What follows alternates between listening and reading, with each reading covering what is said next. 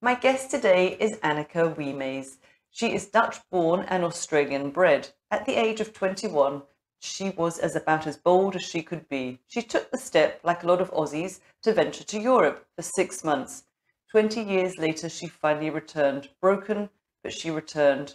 She survived the Brussels airport bombing in March 2016 and was close enough to feel the bombs, hear the screams. She was able to wipe the tears away from injured people and hold hands with those in pain, feel helpless for those she lost. The wounds this experience had on her mind, heart and soul took a long time to heal. She had to relearn how to live, breathe, eat and sleep. Without the right support, she wouldn't be here today. She wouldn't be able to talk with me right now and share with me the value of heart happy, appreciating the small lights in life that gave space for future hope. The very first question that I ask everybody that comes on the show is, what does that word unbroken mean to you? Unbroken means to me that I will not let it defeat me, whatever it is today, whatever it was in the past. I will always grow from it, learn from it, and it won't beat me. Because it's interesting, you use the word in your bio that, you went back home feeling broken. Absolutely. I was broken for a long time. I just felt like I'd failed work, failed life. My brain didn't want to, part of my brain didn't want to keep up with the other part. I felt defeated. But I can honestly say now, looking back at it, that whilst it was hard work, I didn't let it beat me. Nobody would come to rescue me. Nobody would come and fetch me. Nobody dropped me off or cared that I was, or not necessarily cared, but at that point in time, nobody would know. Nobody would know. So I tried to hide, because you don't know if there's machine guns or if there's more bombs or whatever else not. I tried to hide behind a balustrade, one of those concrete balustrades, but there was a lady there cradling a baby and the look of sheer terror on her face. I thought, nah, you can have that balustrade. And went across the road to the car park. I'd rang my colleague in the meantime, and he was fortunately still in the car park, so he wasn't on the bombings at the site. I told him to go home. I knew he had babies at home or young kids at home, and he needed to be at home and not here. So then I went to the entrance of the car parks and saw people coming out of the airport, and I thought to myself, all these people have been dropped off by people that they love, and I'm going to see if I can help other people get out. And you didn't have any injuries despite people either side of you, one being killed and one being injured? No, nothing. I had my earphones in, so afterwards I realised I had deafness in my right ear, but I think because I had my earpiece in, it saved my hearing, and I had a hard shell suitcase in front of my legs which caught the shrapnel, but I only found that out afterwards when I went to collect my suitcase.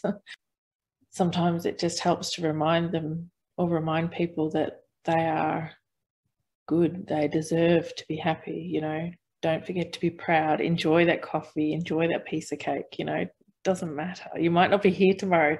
My favorite expression is, you might get blown up by a bomb, that's mine. Enjoy today. Yeah, and you know that more than anyone. So how did it impact on you, and does it still affect you? It does, and it varies. So when I first came back to Australia, I found it very hard. I felt, because I'd failed and had to quit my previous job, I found it very hard to be feeling like I could contribute. So finding the right doctors, finding the right employer, regaining my confidence. And you didn't have any emotional support at the time? When I decided to come back to Australia, no, I was introduced to the right doctors, so a GP and a psychologist, and they were my lifesavers. Because I didn't know what I was dealing with. It's not like a depression. You become hypervigilant to everything. It's like everything's turned at full volume. Going shopping can be a strain. The fireworks, my gosh, Australia Day fireworks is just bad news. So I didn't know what was going on. So finding these therapists and having the support of my family helped me to grieve my previous life and accept and cherish the new life that I have.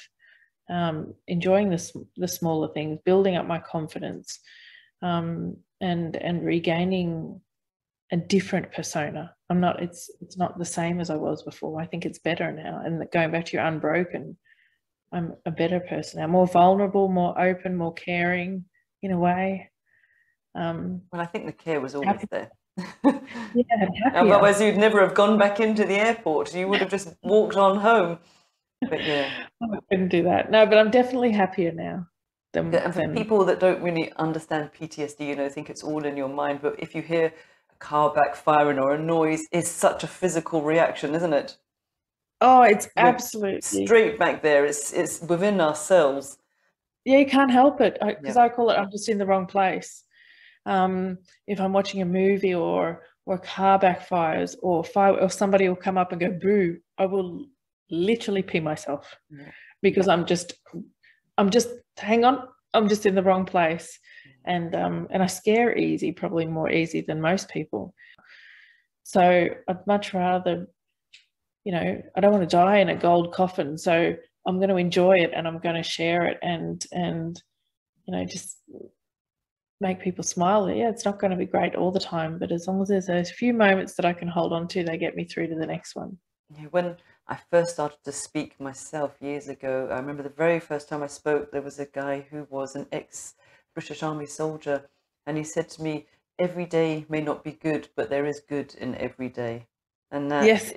it always stayed with me, and I think that's really kind of conjures up what you're talking about. Just look for the good in your day. There will be there, even if it's a shite day. There will be goodness there. Yes, and it can be something simple like a good cup of coffee. Yeah. It can be something as simple as a thank you email or the sunshine or rain, you know, if it's been, you know, it's on your perspective how you take it. But yeah, I'm definitely a fan of looking for those moments. And I think one of the things that I remember I think it was something that I'd watched on the internet at one stage about somebody saying that one of the first things you can achieve every day is getting up and making your bed. Yes. And that whole, and I just went, you know what, that is so true. That is an achievement to be able to get out of bed and make your bed. First of all, you're out. That's already success. And second of all, as you made it, you're not going to get back in it again. Yeah. And to get back into a made bed at the end of the day is so much nicer than to get back into a messy bed. It is true, but just being able to get up is already success. Yes, so absolutely. You know, take it really second by second rather than day by day. Exactly. Yeah. Yep. So I was going to ask, one of the questions is, it's changed. Has this changed who you are? But it clearly has given you a different outlook on life. Yeah, it absolutely has. It's appreciating the small things and family and just putting things into perspective, really.